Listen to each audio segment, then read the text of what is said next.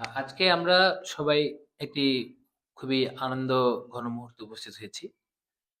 সে মুহূর্তটি হলো আমরা একটি ইতিহাসের গুরুত্বপূর্ণ অধ্যায় জানতে পেরেছি। ইতিহাসের ভালো ছাত্র হওয়াটা খুব জরুরি।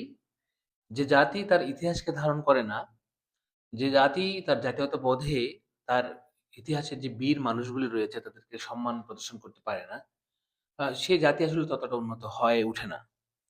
তো আমাদের এই একটি গুরুত্বপূর্ণ বিষয়ে আমাদেরকে মহৎ করার জন্য, আমাদের জ্ঞানকে বিকশিত করার জন্য, যে বিষয়টি আমাদেরকে ব্যাপকভাবে আলোড়িত এবং সহায়তা করে, আমাদের মানসপটে জ্ঞানের চেয়ে বড় জায়গা তথা কল্পনায়, ভাষাতে যে বিষয়টি সহায়তা করে, সেই বিষয়টির নাম হলো বাংলাদেশ ও বিশ্ব পরিচয়। এটি আমাদেরকে রাজনৈতিকভাবে সচেতন করে, এটি আমাদেরকে অর্থনৈতিকভাবে সচেতন করে, এটি আমাদেরকে সামাজিকভাবে সমৃদ্ধ করে। এটি আমাদেরকে সাহায্য করে রাষ্ট্রবিজ্ঞান এবং সমাজবিজ্ঞানকে পার্থক্য করতে। মনুষ্যত্ববোধের জায়গাগুলি থেকে আমাদেরকে কি করে? উন্নত করার চেষ্টা করে। আমরা চেষ্টা করব যে আমাদের এই দেশটা, এই সুন্দর লীলাভূমির যে দেশটা, এই দেশটাকে দখল করেছিল মূলত ব্রিটিশরা এবং তাদের দখলদারিত্বের মধ্য দিয়েই ঔপনিবেশিক শাসনের সূচনা হয়। ঔপনিবেশিক শাসন বলতে আমরা যেটা জানি, সেটা হলো অন্য একটি স্বাধীন রাষ্ট্র যখন অন্য একটি রাষ্ট্রের ভিতর ঢুকে তাদের কর্তৃত্ব বিস্তার করে, তাদের শাসন, শোষণ এবং বঞ্চনা দিয়ে, নির্যাতনের মধ্য দিয়ে অন্য জাতি গোষ্ঠীকে কি করে? একটা ডমিনেশন করে, কর্তৃত্ব বিস্তার করে। এটা আমরা জানি। কিন্তু আমরা জানতে চাই ঠিক এই ঔপনিবেশিক শাসনের প্রাক্কালটা। ঔপনিবেশিক শাসনের আগে আমাদের বাংলার অবস্থা কি ছিল? বাংলার অবস্থা কি এতই সমৃদ্ধ ছিল যে সবাই শুধু দখল করতে চেয়েছিল? ইভেন এখন পর্যন্ত বাংলা কি আমাদের অধীনে আছে? নাকি এখনো দখলে আছে? এখনো কি কোনো পাপেট সরকার রয়েছে কিনা? আমরা এগুলি ইতিহাসের আলোকে কথা বলার চেষ্টা করব। হ্যাঁ? আমরা ১ম এ চলে যেতে চাই আজকের আলোচনায়। সেটা হলো ঔপনিবেশিক শাসনের প্রাক্কালে বা প্রাথমিক সময়টিতে আমাদের পূর্ব বাংলার অবস্থা কি ছিল? আমরা ইউসার কাছে যাচ্ছি। প্রাচীনকাল থেকেই এই এই বাংলায় মানুষের আনাগোনা করতে থাকে, কারণ এই অঞ্চলটি আহ অর্থনীতি এবং ধনসম্পদে প্রাচুর্যময় ছিল। প্রথমেই খ্রিস্টপূর্ব যুগে আমরা ইতিহাস থেকে জানতে পারি আর্য ভাষা গোষ্ঠীর মানুষ এই বাংলায় প্রবেশ করেছিল। কিন্তু এই বাংলায় ৩য় শতকের সর্বপ্রথম শাসন প্রতিষ্ঠা করেছিলেন মৌর্য সম্রাট অশোক। তিনি ভারতের একজন মৌর্য সম্রাট ছিলেন এবং বাংলায় এসে তিনি পুণ্ড্রনগরকে মৌর্যদের প্রদেশ করে ফেলেন এবং তিনি বাংলার উত্তর অংশ দখল করে নেন। শাসন চিরকাল টেকে না এবং এজন্যই মৌর্য সম্রাট অর্থাৎ মৌর্য সম্রাট অশোকের পতনের পর ৪র্থ শতকে এই বাংলা শাসন ভার দখল করে নেয় গুপ্ত সাম্রাজ্য এবং তার ৩০০ বছর শাসন করে।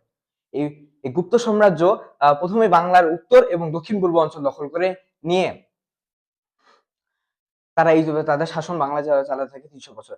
এই ৩০০ বছরের শাসনের পর একেবারে ৭ম শতকে প্রথম বাঙালি শাসক শশাঙ্ক তার তার মাধ্যমেই প্রথম বাঙালিদের দ্বারা স্বাধীন রাজ্য প্রতিষ্ঠিত হয়। এই ভাই শশাঙ্ক যখন আমাদের, এটা আমাদের একটা গর্বের জায়গা ছিল যে শশাঙ্ক আমাদের কি করেছিল? তার মানে আমরা একটি স্বাধীন, প্রথম বাঙালি স্বাধীন রাজ্য গঠন করেছিল। কিন্তু যখনই বাঙালিরা ক্ষমতায় যাওয়ার চেষ্টা করেছে, আমাদের উপরে এক প্রাকৃতিক দুর্যোগ এসেছে, কেউ না কেউ আমাদেরকে হানা দিয়েছে। শশাঙ্ক যখন মৃত্যু হয়ে গেল, তখন মৃত্যুর পরে কি ঘটনা দেখা দিল? রাজা শশাঙ্ক মৃত্যু হওয়ার পর আহ এই বাংলায় ১০০ বছর ধরে অরাজকতা চলতে থাকে, যেটাকে আমরা সংস্কৃত ভাষায় মাছার ন্যায় যুগ বলতে পারি। মাচ্ছার নেই সংস্কৃত ভাষায়, হ্যাঁ। কিন্তু আবার এই ব্যক্তিকালেই বা একই ব্যক্তিকালেই কিন্তু বাংলা দক্ষিণ ও পূর্ব অঞ্চলে বঙ্গ নামে আরেকটি সাম্রাজ্য গড়ে ওঠে এবং এই সমগ্র বাংলাকে আবার শাসনভার দখল করে ৮ম শতকের মাঝামাঝি সময় পাল রাজারা তারা তাদের রাজ্য প্রতিষ্ঠা করে এবং তারা প্রায় দীর্ঘ ৪০০ বছর শাসন করে। পাল রাজাদের এই ৪০০ বছর শাসনের পর এই বাংলায় সিংহাসন দখল করে ভারতের কর্ণাটক থেকে আসা সেন রাজারা। মানে এর মাধ্যমে আমরা বলতে পারি যে এই বাঙালি পাল রাজাদের পতনের পর আবার বাংলা বিদেশি শাসনের দখলে চলে যায়। মানে কেউ না কেউ আসে দখল করতেছেই। মানে সে একদম শুরু থেকে এখন পর্যন্ত, মানে আর্যরা থেকে এখন পর্যন্ত এসে আমাদেরকে সবাই দখলই করে। ঠিক আছে? তারপর পালরা তো একবারে ১১শ শতকের শেষ পর্যন্ত ছিল। শেষের দিকে পর্যন্ত। তারপর কিছু সময়টার জন্য আবার কারা আসলো? সেনারা আসলো। তো সেনরাও কিছুদিন ছিল। সেনদের শেষ রাজার নাম কি ছিল তাহলে? সেন রাজার শেষ রাজার নাম ছিল রাজা লক্ষণ সেন। এবং এই রাজা লক্ষণ সেনকে আমি বলতে চাই যে এই রাজা লক্ষণ সেন আহ, তুর্কি সেনাপতি ইখতিয়ার উদ্দিন মোহাম্মদ বিন মুখতিয়ার খলজির হাতে তিনি পরাজিত হন। অর্থাৎ তার এই লক্ষণ সেন অর্থাৎ রাজা লক্ষণ সেনের পরাজয়ের মাধ্যমে সেন রাজাদের পতন ঘটে এবং এই বাংলায় মুসলিম শাসনের প্রতিষ্ঠা হয়। মুসলিম শাসনের প্রতিষ্ঠার পর 1204 থেকে 1206 খ্রিস্টাব্দের মধ্যে বখতিয়ার খলজি বাংলার উত্তর অংশ পশ্চিমে নদিয়ার কিছু অংশ দখল করে নেন এবং যা 1338 পর্যন্ত বলবৎ থাকে। 1338 খ্রিস্টাব্দে আবার দিল্লির সালতানাতরা এই বাংলায় 3টি প্রদেশ প্রতিষ্ঠা করে। আর এই 3টি প্রদেশের মধ্যে উত্তরে হবে লখনৌতি, পশ্চিম বাংলায় হবে সাতগাঁও এবং পূর্ব বাংলা সোনারগাঁও। তারা মানে একটা ছক করে নিয়েছিল কিভাবে ভাগ করবে তারা, কিভাবে তারা প্রদেশ গড়ে তুলবে, যে যার মতো করে আমাদেরকে ভাগ করেছে। হ্যাঁ, তারপর এরপরে দিল্লি সুলতানদের যখন শাসন চলছিল তখন সোনারগাঁও শাসক ফখরুদ্দিন মোবারক শাহ তিনি দিল্লি সুলতানদের বিরুদ্ধে বিদ্রোহ ঘোষণা করেন এবং বিদ্রোহ ঘোষণা করার পর তিনি বাংলা স্বাধীনতাও তিনি পর্যন্ত ঘোষণা করেন এবং বাংলাকে এক স্বাধীন স্বাধীন রাজ্যের রূপ দেন। এই প্রেক্ষিতেই আবার এক বাংলার এক বৃহৎ অংশ দখল করে বাংলার প্রকৃত স্বাধীনতা ঘোষণা করেন শামসুদ্দিন ইলিয়াস শাহ, যাকে আমরা শাহী বাংলা বা শাহী বাঙালিয়ানও বলতে পারি। এই বাংলা শাসনে আরেকজন অন্যতম সুলতানের নাম হলেন আলাউদ্দিন হোসেন শাহ, যিনি ধর্মীয় সম্প্রীতি এবং শিল্প সাহিত্য ইত্যাদি রচনার ক্ষেত্রে গুরুত্বপূর্ণ ভূমিকা পালন করেছিলেন। তার এই শাসন আমলে তার গুরুত্ব অপরিসীম। মানে উনি আমাদের ধর্মীয় সম্প্রীতি মানে হিন্দু বৌদ্ধ খ্রিস্টান একসঙ্গে থাকবে, সাহিত্যের বিকাশ হবে। একটি তোমাদের মতো যারা শিশু রয়েছে, তোমাদের মতো যারা স্টুডেন্ট ছিল তাদেরকে গানে সঙ্গীতে আঁকাআঁকিতে উনি পৃষ্ঠপোষকতা করতেন এবং উনি কালচারালি একটা আগ্রাসন করার চেষ্টা করেছেন। এবং এটা কি ছিল মূলত এই জায়গাটাতে, যে জায়গাটা আমরা দেখেছি সেই জায়গাটা হলো যে এই জায়গাটাতে একটা গুরুত্বপূর্ণ ভূমিকা পালন করেছে বর্তমানে শাসক গোষ্ঠীর মধ্যে, এটা লক্ষ্য করা যায় না। তো তো 1338 ওনারা তাহলে কি ছিল? 1338 হতে 1204 থেকে 1338 পর্যন্ত কি ছিল? মুসলিম শাসন ক্ষমতা দখল করেছিল।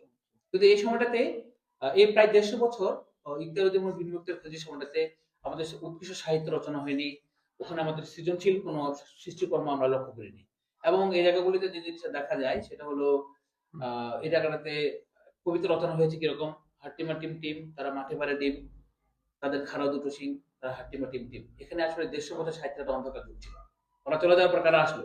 1338 কারা আসলো? দিল্লি সালতানাত।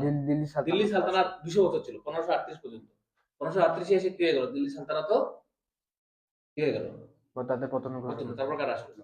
1538 সালে মুঘলরা এসে বাংলায় শাসন প্রতিষ্ঠা করার চেষ্টা করেছিল, অর্থাৎ তারা বাংলার উত্তর লক্ষণৌতি দখল করছিল, কিন্তু তারা পুরো বাংলাকে দখল করতে পারেনি আফগানদের কারণে। কারণ তখন বিহারের শাসক আফগান শের খান তিনি প্রথমে সম্রাট হুমায়ুনকে প্রথমে বাংলা থেকে বিতাড়িত করেছিলেন, এরপর ভারত থেকে তিনি বিতাড়িত একটা জায়গা থেকে করেছিলেন। আমরা বুঝতেছি যে যারা এখানে মুঘল থেকে শুরু করে যারাই ছিল তারা সবাই এখানকার কেউই না, তারা সব বাইরে থেকে আসলো, তাই না? হ্যাঁ, তারপর কিন্তু মুঘলদের অর্থাৎ পূর্ব বাংলার এই শাসনকে তারা দখল করার জন্য, পূর্ব বাংলা এবং এই বাংলার শাসনকে দখল করার জন্য তারা অবশেষে সংগঠিত হয় 1576 খ্রিস্টাব্দে। তারা রাজমহলের যুদ্ধে আফগানদের হারিয়ে দিল্লির সিংহাসন উদ্ধার করেন এবং বাংলার কিছু অংশ দখল করে নেন। কিন্তু তারা পূর্ব বাংলা এরপরেও দখল করতে পারেননি, কারণ পূর্ব বাংলাদের বড় ভূইয়াদের কারণে, বারো ভূইয়া হ্যাঁ।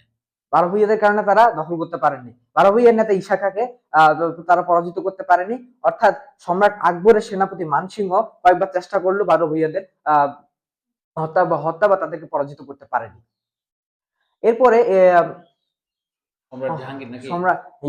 সম্রাট জাহাঙ্গীরের আমলে সম্রাট জাহাঙ্গীরের সুবেদার কে ছিল? ইসলাম খান চিশতি তিনি সম্রাট জাহাঙ্গীরের সুবেদার ছিলেন এবং 1610 খ্রিস্টাব্দে তিনি বারো ভূইয়া জমিদারদের অর্থাৎ তাদেরকে পরাজিত করে এটা এই মোগল সাম্রাজ্য যে বিস্তার তা তিনি ওই পূর্ব বাংলার মধ্যে বিস্তার ঘটান এবং তিনি ঢাকায় রাজনীতি ঘোষণা করে সম্রাট জাহাঙ্গীরের নামে ঢাকার নাম দেন। তৎকালীন ঢাকার নাম যা ছিল তা নাম করে জাহাঙ্গীরনগর। এবং জাহাঙ্গীরনগর থেকে আমরা জাহাঙ্গীরনগর বিশ্ববিদ্যালয় দেখছি, তাই না? এরকম মানে যে শাসকগুলি ক্ষমতা দখল করছে তারা তাদের নামকরণ নিশানা রেখে দিয়ে গেছে আর কি। হ্যাঁ, তারপর এরপরে এরপরে মুঘল সম্রাট, মুঘলদের বিস্তার তখন তারা শাসন করতে থাকে, কিন্তু এই শাসন তাদের 18 শতকের মাঝামাঝি পর্যন্ত যায়। অর্থাৎ মুঘল সম্রাট আহ, মুঘলদের শেষ ছিল হচ্ছে আমাদের ছিল হচ্ছে কি নাম, আহ, নবাব সিরাজউদ্দৌলা। নবাব সিরাজউদ্দৌলা, তিনি নবাব ছিলেন, নবাব হ্যাঁ, সিরাজউদ্দৌলা। এখন নবাব সিরাজউদ্দৌলা পরিশেষে ইংরেজদের হাতে তার পতন হয়, অর্থাৎ 1757 সালে 23শে জুন এই পলাশীর যুদ্ধে ইংরেজদের হাতে পরাজিত হয়ে এই এই মুঘল সাম্রাজ্যের পতন ঘটে, এবং তার মাধ্যমে উপনিবেশ অর্থাৎ উপনিবেশের শাসনের শুরু হয়। শুরু হয়। মানে আমরা এখন এখানে এভাবে বলতে পারি যে এই সমগ্র বাংলায় বাঙালির চেয়ে আহ বেশি বিদেশি শাসকরা এসে এখানে শাসন করেছেন। হতে পারে ইংরেজরা তো করেছেনই, সেটা আমরা ভালো করেই জানি বটে, কিন্তু ইতিহাসের পূর্বে অথবা ঔপনিবেশিকের পূর্বে আমরা এই ইতিহাস সম্পর্কে যেন আহ, বলতে পারছি যে বিদেশি শাসকরাই বেশিরভাগ ক্ষেত্রে আমাদের শাসন এবং শোষণ করেছেন। হ্যাঁ, বিদেশি শাসকরা আমাদের তো স্বাধীনতার সূর্য অস্তমিত হয়ে গেল 1757-তে। এবার ইভেন যে বিষয়টি লক্ষণীয় ছিল সেটা হলো আমরা যে পলাশীর প্রান্তরে যে আমরা হেরে গেলাম, নবাব সিরাজউদ্দৌলা যে হেরে গেল, নবাব সিরাজউদ্দৌলা কিন্তু এই ভূখণ্ডের লোক না, বাইরে থেকে, কিন্তু সে এখানে এসে নিজেকে এই ভূখণ্ডের লোক দাবি করত এবং সেটাকে লালন করত। এদেশের মানুষের অধিকার, এদেশের মানুষের শিক্ষা, এদেশের মানুষের অর্থনীতি, এবং সে দেশপ্রেমিক ছিল। ঠিক আছে, কিন্তু তার পরাজয়ের বিশেষ কারণ কি? মীর জাফর। তাহলে আমরা যারা এখানে ছিলাম, আমরা নিজের মতো করে যে এই পৃথিবী গড়ে নিতে চেয়েছিলাম, এবং আমাদেরকে বাধা দিয়েছিল বাইরের লোকগুলি। আমাদের ভিতরে অর্থনৈতিক লোভ লালসা ঢুকিয়ে দিয়ে আমাদের ভিতরে বিভাজন করে তৈরি করেছিল, এবং ব্রিটিশরা বলতো ডিভাইড অ্যান্ড রুলস, তাদেরকে ভাগ করো, তাদেরকে আওয়ামী লীগে ভাগ করে ফেলো, তাদেরকে বিএনপি দিয়ে ভাগ করে ফেলো, তাদেরকে জাতীয় পার্টি দিয়ে ভাগ করে ফেলো, তাদেরকে ওদের হানাহানি লাগিয়ে দাও, তাদেরকে এক সুতায় বাড়তে দেওয়া যাবে না। এই ঘটনাগুলি একটা রাজনৈতিক অপসংস্কৃতি, একটা রাজনীতির একটা মিস কালচার, একটা খুব মানে কি মানে মিসডিড আমাদের ভিতরে ঢুকিয়ে দিয়েছিল। এখন পর্যন্ত 2026 সাল পর্যন্ত আমরা পরিপূর্ণ নিজস্ব স্বকীয়তায় আমাদের দেশ শাসন করতে পারছি না। কোনো কোনো জায়গায় আমাদেরকে ভারত ডমিনেট করছে, কিছু কিছু জায়গায় পাকিস্তান তো ডমিনেট করেছে, কিছু কিছু জায়গায় আমরা আমেরিকার এজেন্ডা বাস্তবায়ন করছি, কখনো কখনো চীনের এজেন্ডা বাস্তবায়ন করছি। তাহলে সেই 3য় শতক থেকে, মৌর্য থেকে শুরু করে এখন পর্যন্ত আমরা এই দেশকে স্বাধীনভাবে পরিচালনা করতে পারছি না। এই আলোচনার পাঠ থেকে আমরা এই বিষয়টি শিখছি, সেটা হলো আমরা কি স্বাধীন হয়েছি আসলে? আমরা অর্থনৈতিকভাবে স্বাধীন হয়েছি? আমরা রাজনৈতিকভাবে স্বাধীন হয়েছি? না, আমরা একেবারেই নেই। সার্বভৌমত্ব কি আমাদের রয়েছে? কোনোভাবেই পরিপূর্ণ একটি স্বাধীন দেশ এটাকে বলা যেতে পারে না। আমরা সবকিছু আমদানি নির্ভর করছি। আমদানি নির্ভর দেশ। সবকিছু আমরা নিয়ে আসছি। সবকিছু আমরা বাইরে থেকে ইম্পোর্ট করার চেষ্টা করছি। আমরা কি নিজে কিছু জেনারেট করতে পারছি? একটা স্বাধীন দেশ তো নিজেই জেনারেট করার কথা ছিল। আমরা পারিনি। আমরা ব্যর্থ হয়েছি। তোমাদের মতো যারা কচিকাঁচা রয়েছে, তোমাদের মতো যারা আমাদের সামনের দিকে দেশটাকে এগিয়ে নিয়ে যাবে, তোমাদের কাঁধে এবং তোমাদের হাতে আমাদের দেশটা থাকবে, এবং তোমাদেরকে ইনোভেটিভ হইতে হবে, এ প্লাস করতে হবে, গোল্ডেন এ প্লাস করতে হবে, সিলভার এ প্লাস করতে হবে। এগুলো থেকে সরে এসে একটা বুদ্ধিভিত্তিক সমাজ বিনির্মাণে এবং একটি উৎপাদনশীল দেশ তৈরি করতে তোমাদেরকে ব্যাপক ভূমিকা পালন করতে হবে। ইতিহাসকে তোমাকে ধারণ করতে হবে। ইতিহাসের যে পূর্বপুরুষেরা রয়েছে সেগুলোকে তোমাকে লালন করতে হবে। আমাদের যুগ যুগ ধরে সবাই শোষণ করেছে। একটি কারণে আমরা শোষিত হয়েছি, আমরা প্রপার শিক্ষা পাইনি, আমরা ইনোভেটিভ না, আমরা গবেষণা করতে চাই না, আমরা মুখস্থ করেছি। এখন এই ব্রিটিশরা আমাদেরকে, ওরা বলেছিল যে, ওরা যখন পরীক্ষার পদ্ধতি প্রণয়ন করেছিল যে 66-তে পাস মার্ক ছিল ওদের, এরা বলছে বাঙালিরা তো আমাদের চেয়ে অর্ধেক মেধাবী, বলে তাদের 33-এ পাস মার্ক করে দাও। এই 33-এর যন্ত্রণা, এই 33-এর কলঙ্ক আজও পর্যন্ত আমরা বয়ে চলেছি। এই জিনিসটা আমাদেরকে চেঞ্জ করে আমরা সামনের দিকে এগিয়ে যেতে চাই, এবং তোমাদেরকেই এই বাংলার পতাকা, আমাদের স্বাধীনতা সার্বভৌমত্বের দায়িত্ব নিতে হবে। আমরা তাহলে উপনিবেশিক শাসনের প্রাককালে বা আগের যুগটা আমরা জেনে গেলাম, এবং এখানে অনেক কিছু শিখলাম আমাদের পূর্বপুরুষেরা কত কষ্ট করেছে, এবং এখানে আমরা স্বাধীনভাবে যতটুকু কথা বলতে পারছি এটা আমাদের পূর্বপুরুষের বদৌলতে কিছুটা হলেও করতে পারছি।